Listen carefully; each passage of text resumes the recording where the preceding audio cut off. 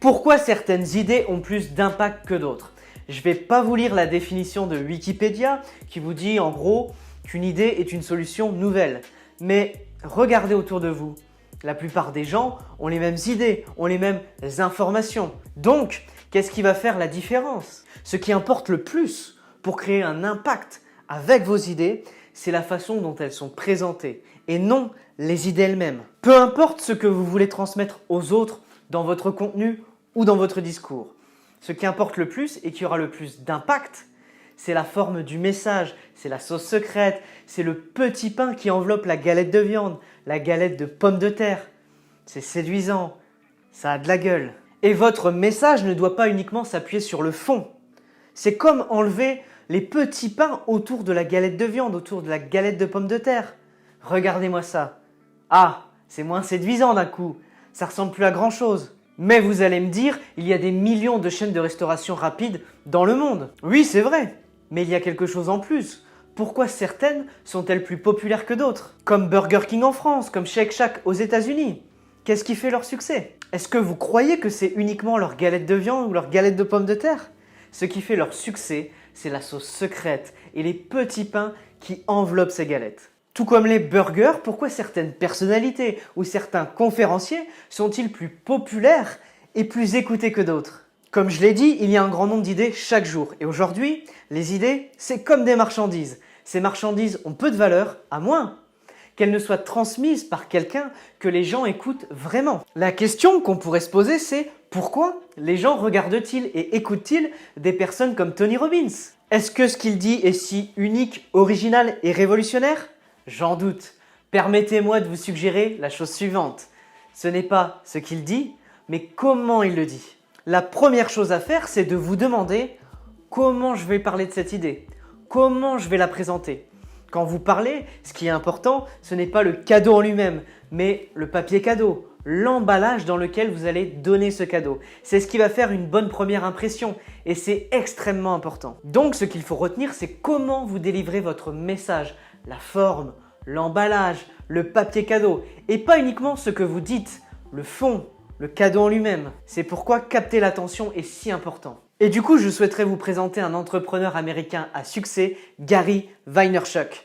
Quand il est sorti de l'université, il n'a pas chômé. Il a développé le business familial dans le domaine viticole et leur vin, c'est pas de la piquette. Et il est passé de 4 millions à plus de 45 millions de dollars par an en seulement 5 ans. Il lance aussi un show sur le vin dès 2006 et la sortie YouTube, visionnaire en plus. Aujourd'hui, il dirige VaynerMedia, qui est l'une des agences numériques les plus importantes au monde.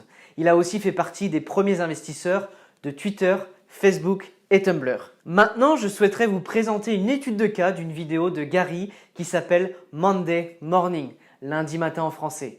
Le but de sa vidéo était d'inspirer les gens et de considérer l'entrepreneuriat comme une alternative à un boulot classique.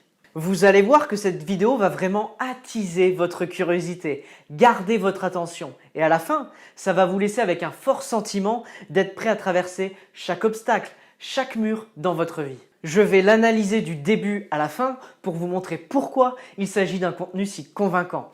Allez, vous êtes prêts? Allez, on y va. Dès le départ, vous voyez Gary debout dans le coin d'une rue à New York, tandis que des gens se rendent au travail un lundi matin. Son message, il est donc cohérent avec l'environnement, avec le contexte. Et il va utiliser un accessoire pour délivrer son message. Et cet accessoire, c'est la ville de New York. So it's early Monday morning, and I've been wanting to make a Monday morning video for a long time. And finally, D-Rock, we're doing it. So, real quick, this is just a rant, very simple. Ici, il utilise ce que l'on appelle une feuille de route en nous disant que ça va être très rapide et que c'est juste un coup de gueule. En faisant ça, il garde l'attention des gens parce que les gens savent à quoi s'attendre. And something that I want you to pass on or watch every Monday morning because the level of complaining is unacceptable. Look, what if I told you this was the last Monday morning of your life? What if I told you you die this week? À ce moment-là, il vous demande de vous projeter, de vous imaginer la situation et il vous implique directement grâce à l'utilisation du vous. What if I told you this was the last Monday morning of your life? What if I told you you die this week? Remarquez également comment il utilise de la hauteur dans sa voix, c'est-à-dire un ton un peu plus élevé pour attirer votre attention sur cette projection. Because the level of complaining is unacceptable. Look, what if I told you this was the last Monday morning of your life? Passons à l'extrait suivant et portez une attention particulière à son énergie. Would you complain about your crap job or that test you don't want to take? I doubt it. You would go much higher level thinking. Well, that's really what it takes. It takes understanding that if you're not pumped right now, if you're begrudging what you're about to do. Ici, son énergie est déjà à son apogée. Les gestes de la main commencent vraiment à attirer l'attention. Il commence vraiment à faire valoir son point de vue. If you're not looking forward to it, look, I respect practicality. You gotta go through school because your parents want to. You gotta pay your rent. You got student loans. I get it. Ici, il utilise la règle de 3. Qu'est-ce que la règle de 3? C'est une règle bien connue et utilisée par les comédiens, les écrivains et d'autres qui suggèrent que les choses qui sont expliquées par 3 sont plus drôles, plus satisfaisantes ou plus efficaces que d'autres nombres. Donc ici, il utilise cette règle pour expliquer pourquoi les gens sont pragmatiques. If you're not looking forward to it, look, I respect practicality. You gotta go through school because your parents want to. You gotta pay your rent. You got student loans. I get it. But please recognize the world we're living in. À ce moment-là, il entre dans une grande thématique. Il prend la vie quotidienne des gens et leur demande de reconnaître dans quel monde nous vivons. C'est-à-dire un monde qui a créé et continue de créer beaucoup d'opportunités. Il rentre donc dans une thématique générale pour lier son sujet à quelque chose de plus grand, qui dépasse son propre sujet pour attirer votre attention. We're living in a world where there's so much more opportunity. This internet thing created way more opportunity for all of us. Way more. I mean, look, you might not even be alive. Like, your mom and dad could have had sex like 3 minutes later and you wouldn't even exist and you're complaining. You could have ended up being a bus, a tree. Ici, il utilise une technique de communication pour garder votre attention en vous disant vous auriez pu être un arbre, vous auriez pu être un bus. Au lieu de simplement parler de ce que la personne est dans la vie, il parle aussi de ce qu'elle n'est pas. Dans votre discours, vous pouvez parler de ce que les personnes pourraient devenir, mais aussi de ce que les personnes ne peuvent définitivement pas devenir. Cette technique permet à Gary de prolonger la conversation pour garder votre attention. I just don't get the mentality of being head down sad on a Monday morning. I'm gonna make Monday morning my bitch. Allez, je vous laisse réécouter pour le plaisir. I'm gonna make Monday morning my bitch. C'est une phrase qu'il a inventée et les choses que vous inventez deviennent presque comme votre marque de fabrique et vous devenez connu pour ces éléments que vous inventez. I'm gonna make you Saturday Monday morning. Son énergie est vraiment élevée et vous pouvez la ressentir à travers votre écran. That's what I want to do every morning, and that's what I want from you.